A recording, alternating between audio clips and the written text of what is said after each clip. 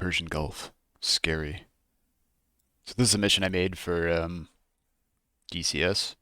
I'll be taking off from Kasab Airfield here in Oman, and we'll be flying towards Iran. Here's our waypoints. We'll just do a loop and then come back.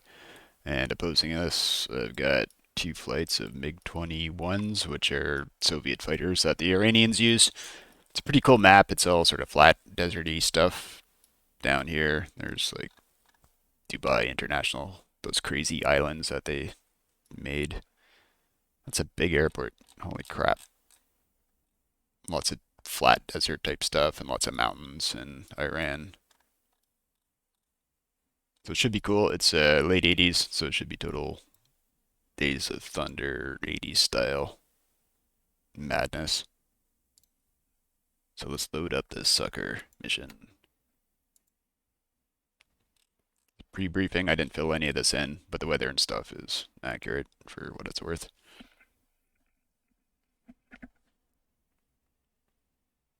So this is the Iranians are in the air, so this is sort of a scramble, so there's no time to dilly-dally. So we got to start up. Here we are in the airfield. It's me, Captain Todd.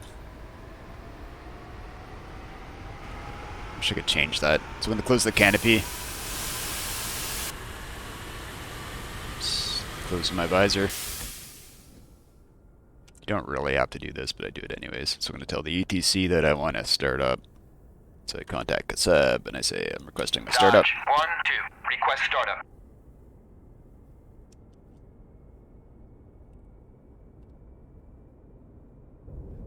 They won't say no. I mean, what would be the point of the game?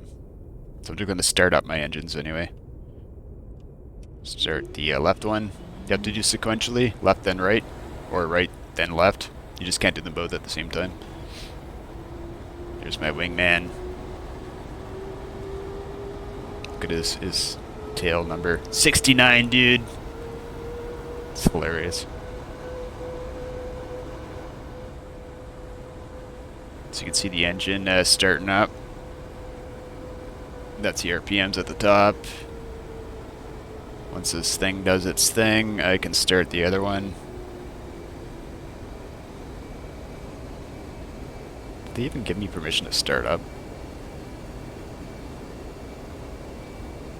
Dodge 1-2, request startup. So I'm already starting up. Dodge 1-2, cleared for startup. I'll just say I want a taxi as well. Dodge 1-2, request taxi to runway. Get that out of the way. Start my other engine. You can hear it going. Boom. Dodge 1-2, clear to taxi to runway 1. Turn on my lights.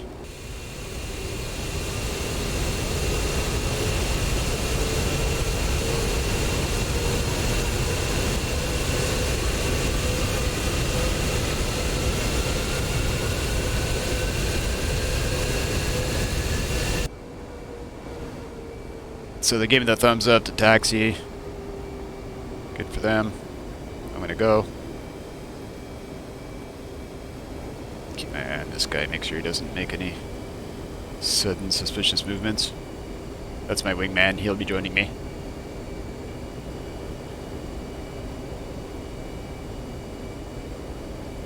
So we just gotta follow the yellow line, because that's the rules. You gotta follow the rules.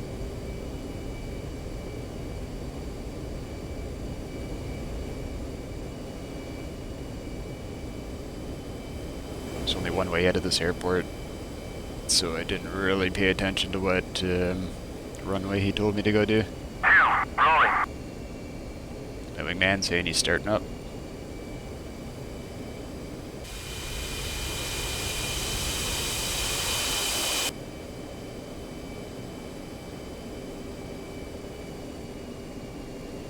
Off the yellow line.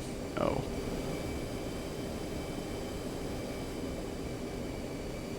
Triggering my OCD.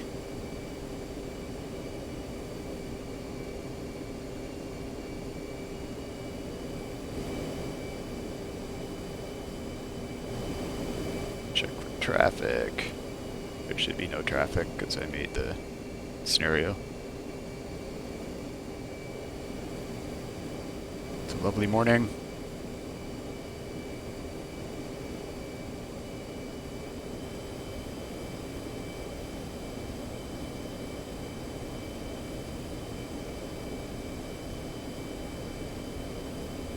Turn on my lights.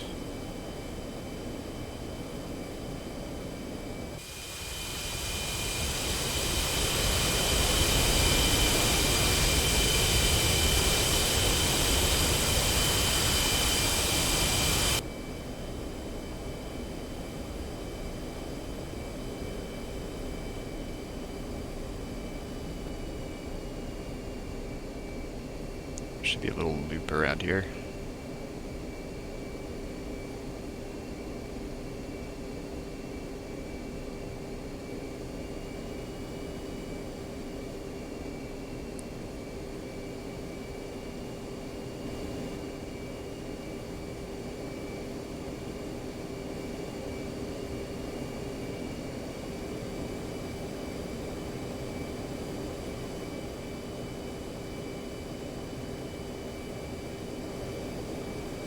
Why's my wingman half in the runway? This is irritating. What's he doing?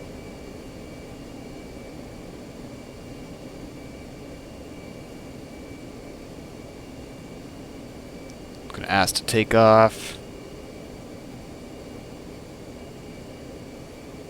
Dodge 1-2. Request takeoff. I'm gonna go to the right a bit because this guy's like Dodge blocking me. 1-2. You are cleared for takeoff when ready. Climb 300 at QFE 30.27.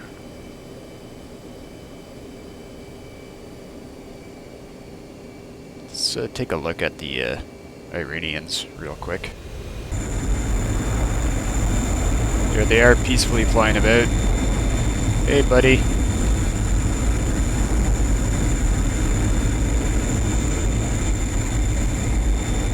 Cool looking plane.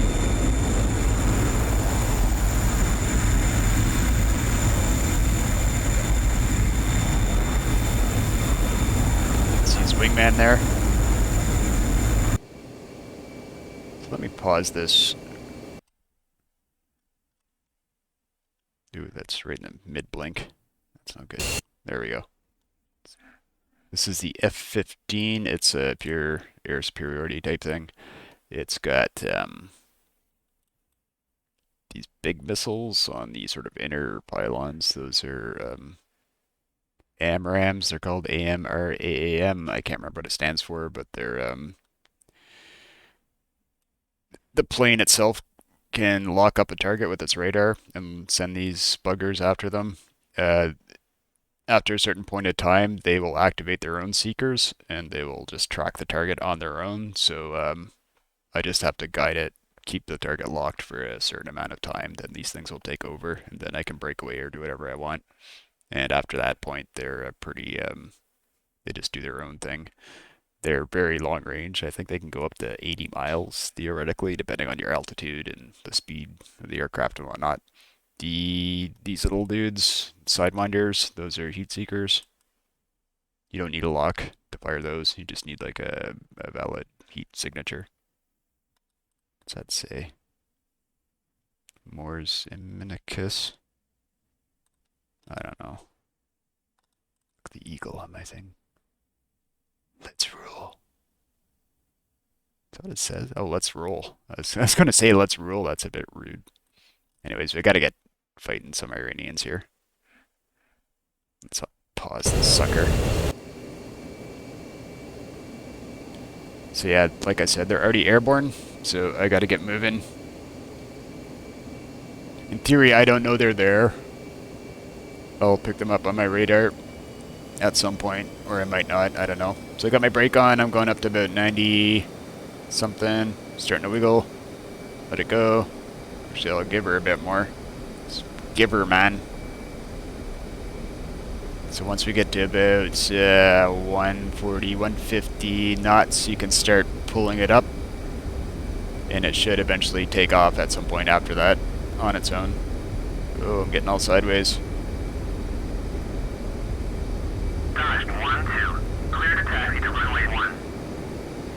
Yeah, that was a great takeoff.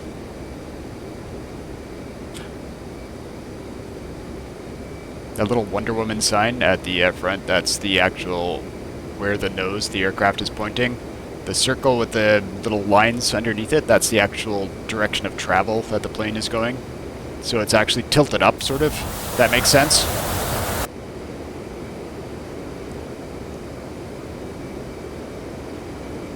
Track my gear.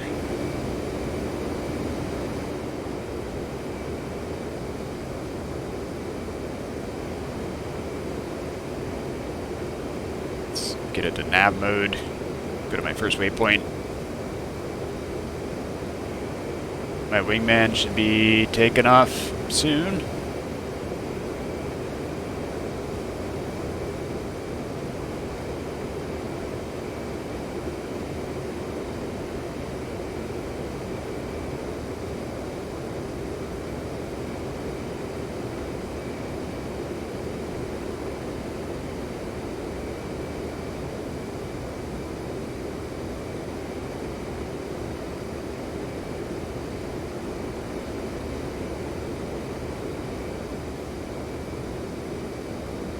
On to the second waypoint.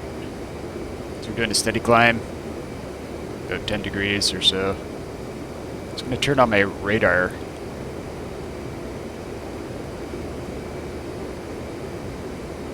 You can see this little square grid here. I'm going to cycle through. See at the top left. Oh, my wingman's starting to roll. Number at the top right, rather. That's the, I'm going to increase that actually. That's the range that we're looking at.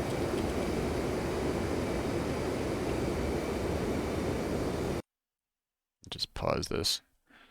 So 160, that's what this is like in the front of the aircraft. There's a radar inside the nose cone, and it sort of beams out in a 60-degree arc either way, and it also beams like up and down as well, so it sort of projects like a cone type projection in front of it. And that's where it can pick up signals, so it can theoretically go out to 160 miles. I've got this grid is sort of a square squished representation of that cone. You see the dash marks at the bottom. The very bottom line would represent where my aircraft would be. Each box would be like 1/4 of 160, so each box would be a 40 by 40 nautical mile area. So if I got a blip at the very top, that means it'd be picking up something between 160 and 120 nautical miles away. The little hash marks at the bottom give a degree indication. Each mark is 10 degrees, so you can see it scans 60 degrees back and forth.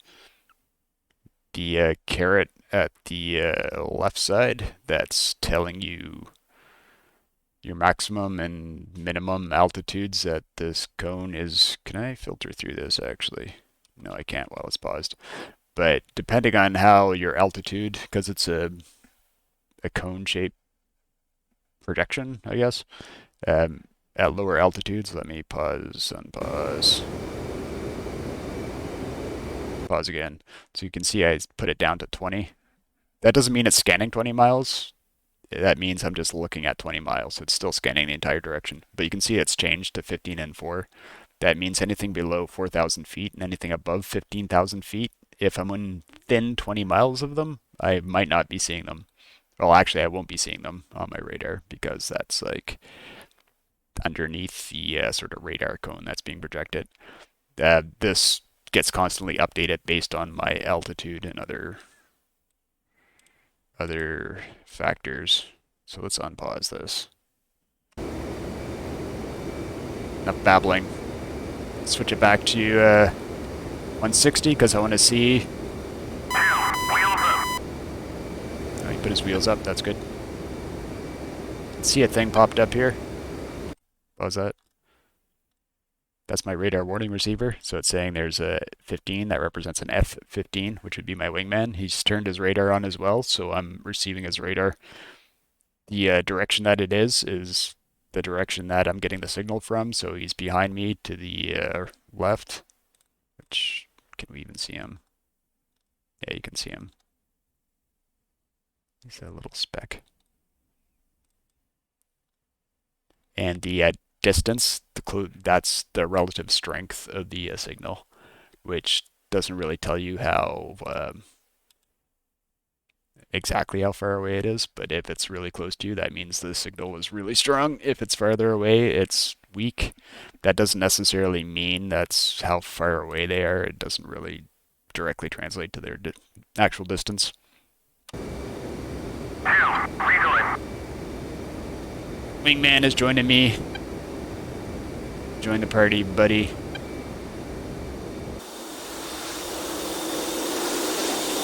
See me making chemtrails. I gotta turn off my lights. There we go. See the cannon on this thing? It's pretty badass looking. That's why it makes that scary noise when it fires.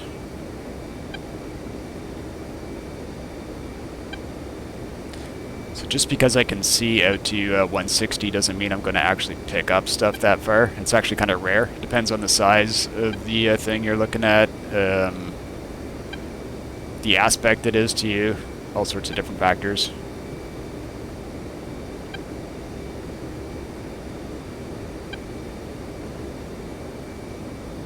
So what I'm trying to say is I doubt I'm going to pick up MiG-21s at 160 miles away. It's going to climb to about 12,000-ish, I guess. There's my wingman catching up. I'm going nice and slow.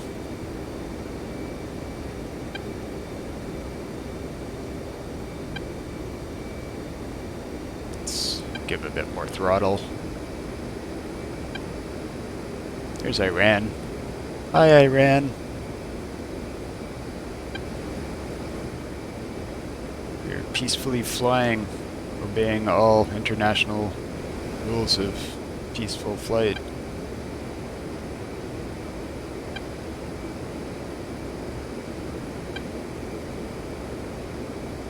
Stay away from me. I will kill you. Some Captain Todd. It's a pretty cool looking plane. Big air intakes.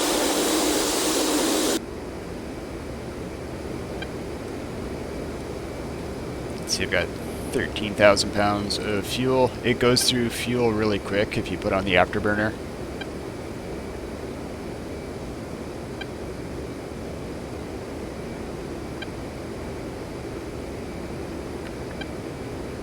Whoa, I'm way higher than I want it to be. So let's calm this down. I'll just try to stay around here. This is fine.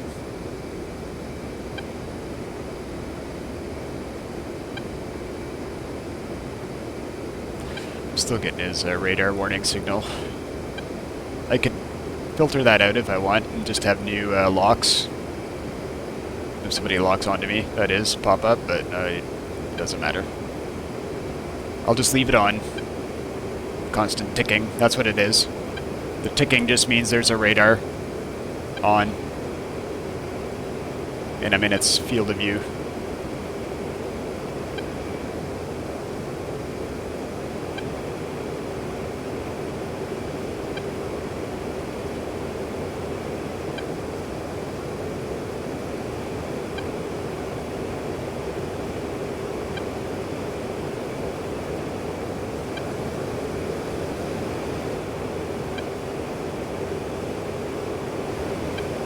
You can see a little blue dot underneath. When it's zoomed out, it just helps you see. I turn on the labels. It's kind of a cheat, but it's also not, because it's really impossible to see things on a computer monitor.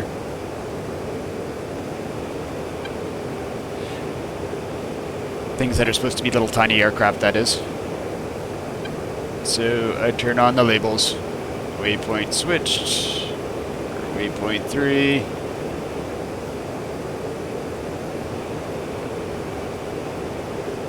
And we're on course.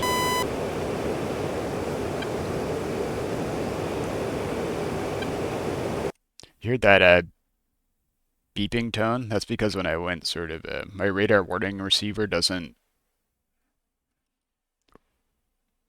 from the top or from the bottom, it can't pick up signals. So when I did that bank, I was turning my back to my wingman.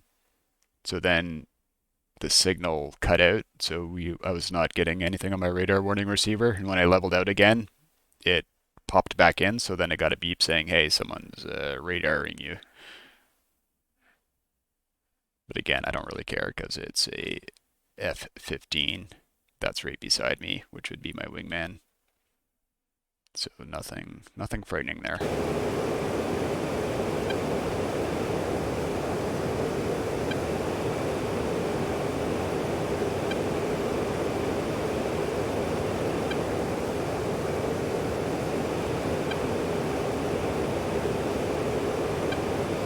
Okay, Contact bearing 326.40. so you can see stuff on my radar screen now. Bearing 340.40. It's gonna turn a bit.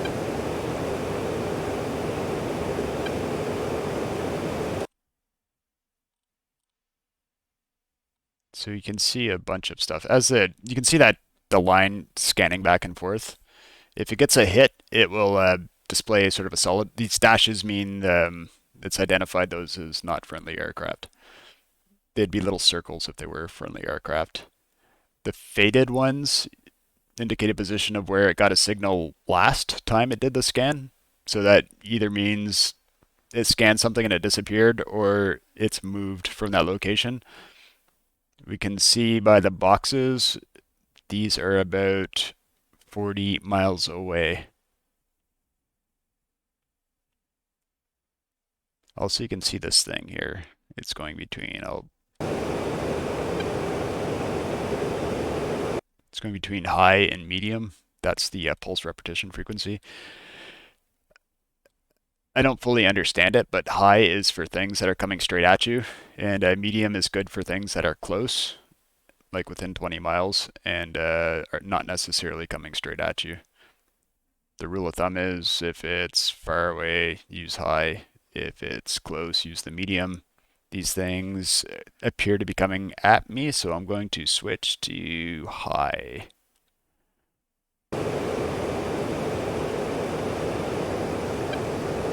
There we go. Do some stuff here.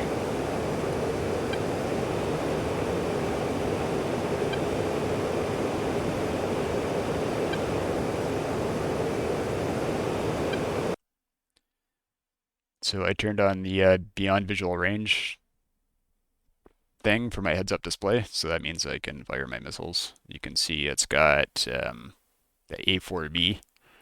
A stands for AMRAAM. Those are those big dudes that we showed earlier. 4 is the number that I have. I've got 4 of them. And B is like the subtype. There's B and C and some other, I think another one, I can't remember. So I switched the radar modes as well. This is called track while scan. So the other one gave me less information. It was just showing me little blips. This one gives me even more information. It's giving me the heading of the 2 contacts that I have. It's still scanning back and forth, and it's not locking up anybody, but it is continually updating information on the stuff that it has there. So it's telling me the heading and the relative speed of these guys. I still know they're 20, they look actually about 30 miles away. So what I can do here is I can soft lock these things. That means you're not actually locking onto it with your radar, you're just scanning it, but it keeps up-to-date information with it. And the cool thing about that is I can launch AMRAAMs at them.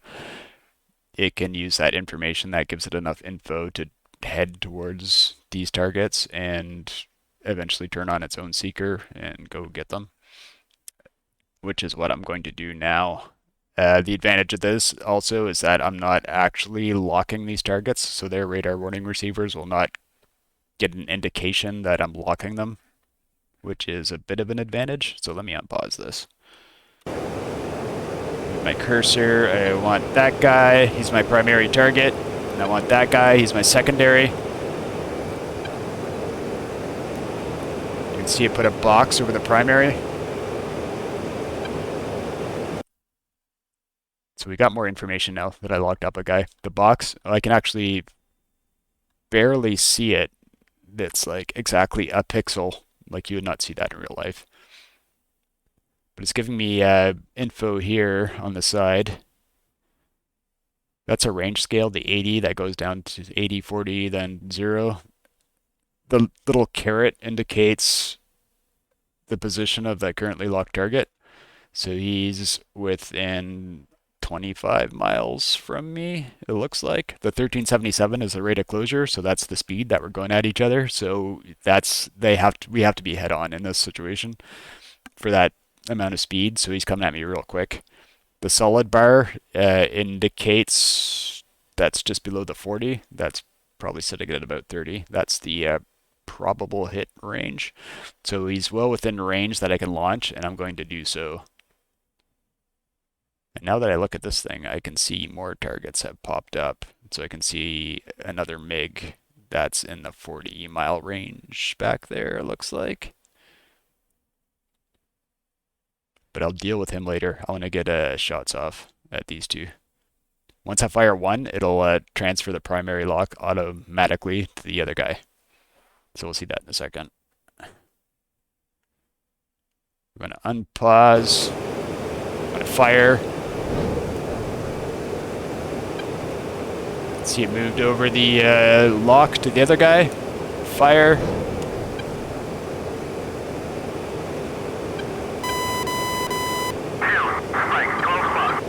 I'll lock up these guys.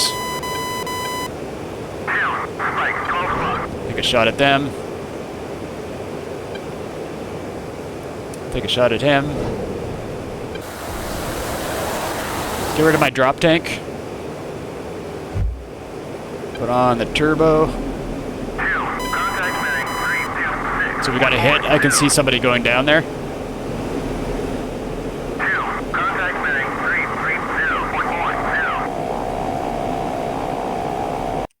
So I put on, we look at the plane. So got rid of the drop tank because that's, if you want to maneuver, you want to do stuff, that's pure drag that it's adding. I fired all my AMRAMs, so they're gone. The other two were like super long shots, and I think I fired them at the guys that were really far away. I can't remember. Those are probably not going to hit. I don't really know. We'll see. But I doubt they're going to get a hit, but they might scare the targets a bit. I only have these heat-seeking missiles on the plane currently right now, so I entered a different radar mode. This is an auto acquisition mode. I don't need to lock things with the heat-seeking missiles, but getting a lock is still good because it gives you more info about the target. That buzzing noise is the missile seeker. It will give me a tone when it thinks it can hit something.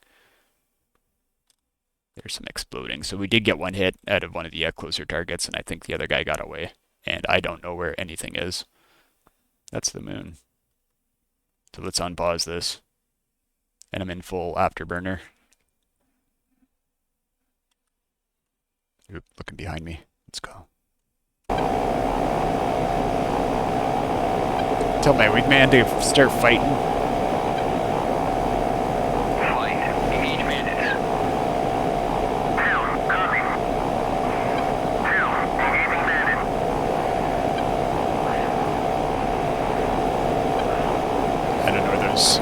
Other guys were.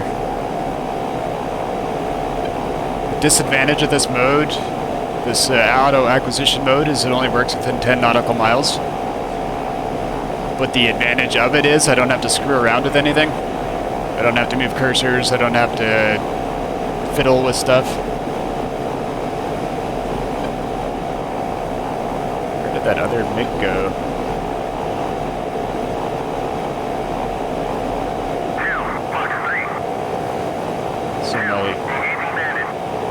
Wingman has found something. There's one over there.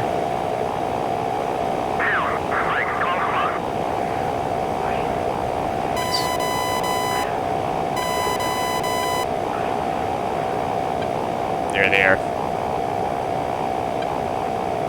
Afterburner.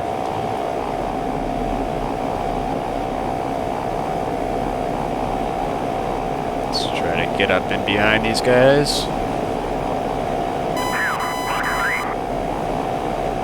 I think they're coming straight at me. I cannot tell. See it automatically locked.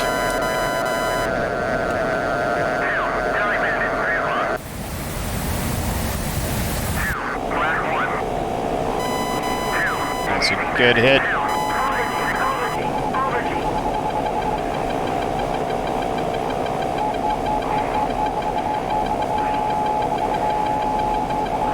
I'm blacking out.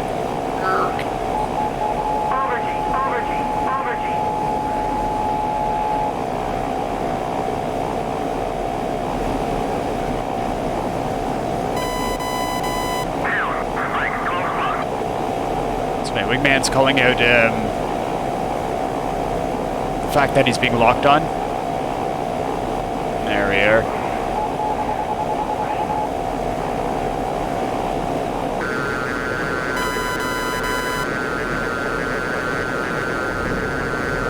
This is really dangerous. That thing might try to track my wingman. That was a miss. Yeah, you can see him dropping flares. Take another shot. Oh, you bugger. Yeah, my wingman got that guy.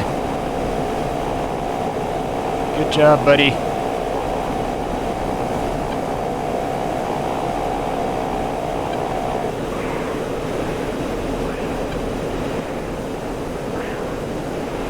I think we're kind of safe.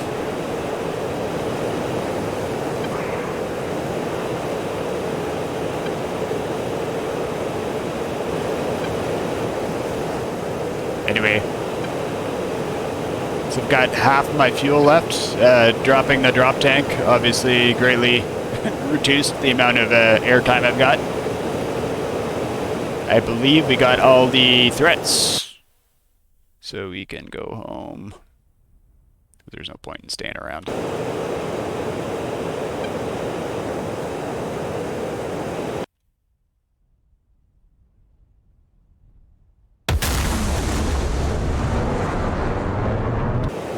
That was cool.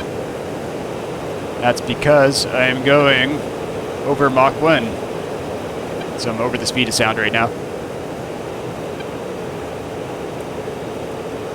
So let me try to increase the brightness here.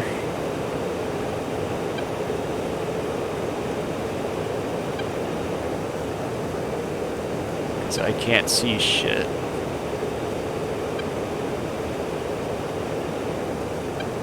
There we go. It's a bit better.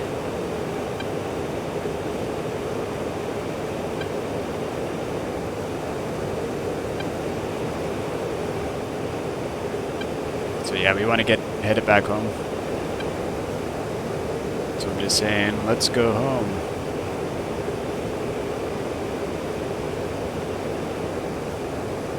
It's telling me to go in that direction.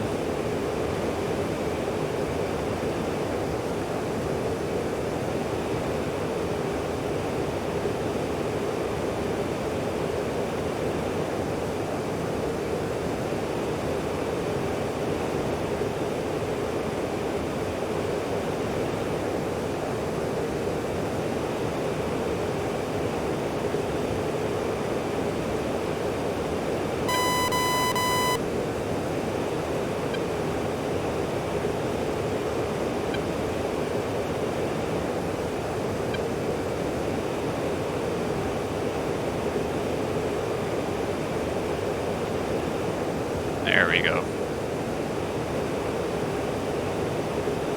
I'm not going to bother following waypoints or anything like that because I know this is the way back home.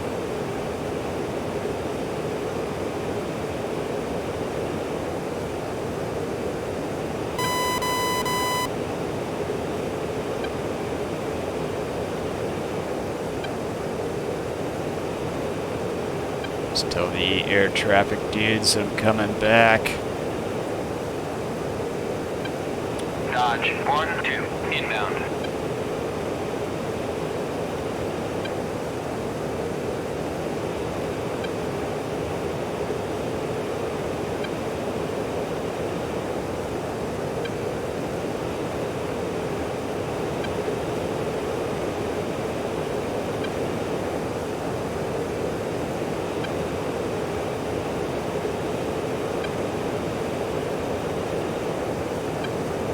Let's try to get in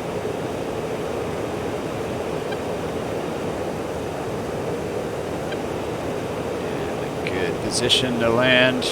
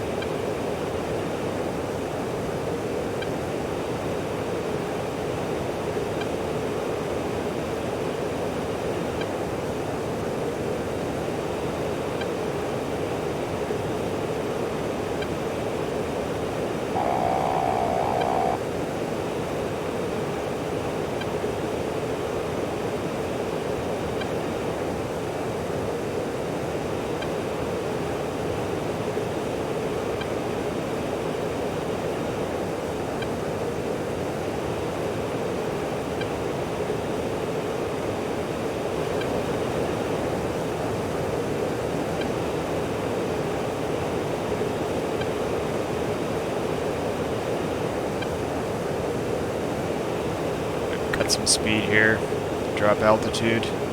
Just gonna put on my air brake.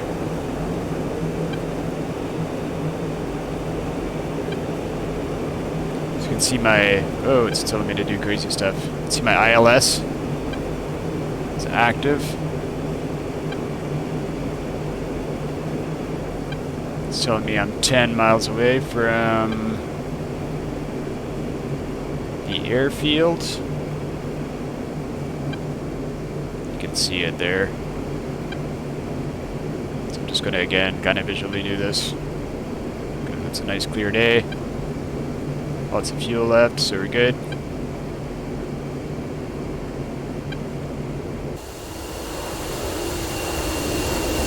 Put down the air brake. It's kind of cool.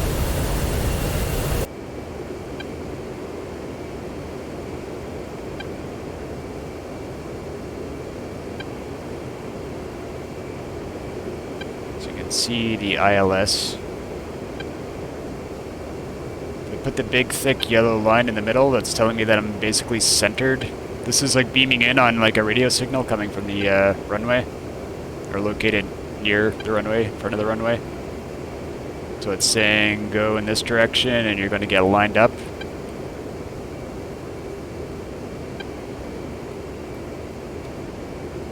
So I'll kind of follow it for a bit. It's telling me to turn a bit, which makes sense. So if you look at the runway, we're not quite centered.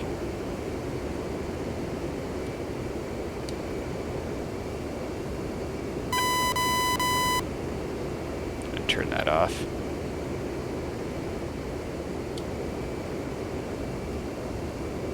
See, we're smack dab on what we should be doing. So I'm going to put down my flaps, lower the landing gear.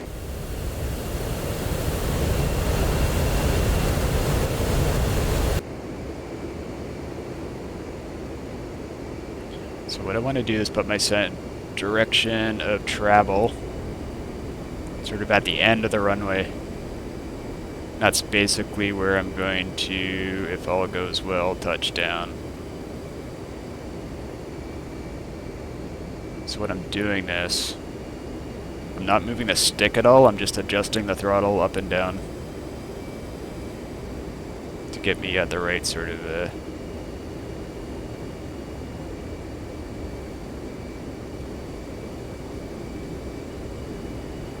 get here, cut the throttle, put the speed brake out.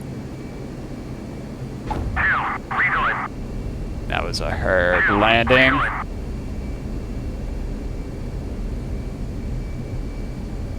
Lift it up a bit to air brake.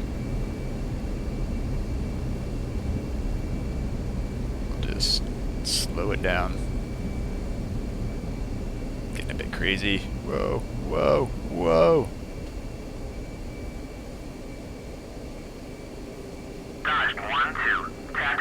Beauty. So that was a vaguely successful mission. Done the speed brake.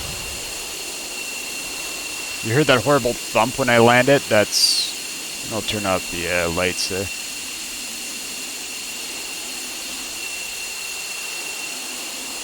That super loud thump when I went down, that was like a super hard landing.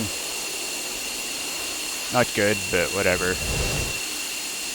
We're in one piece. The wheels aren't screwed up. All is well. So take that, Iran. I hope you learned your lesson today. And I'll maybe do a tac view thing of this as well, because that's like cool to look at. You can see what happened exactly.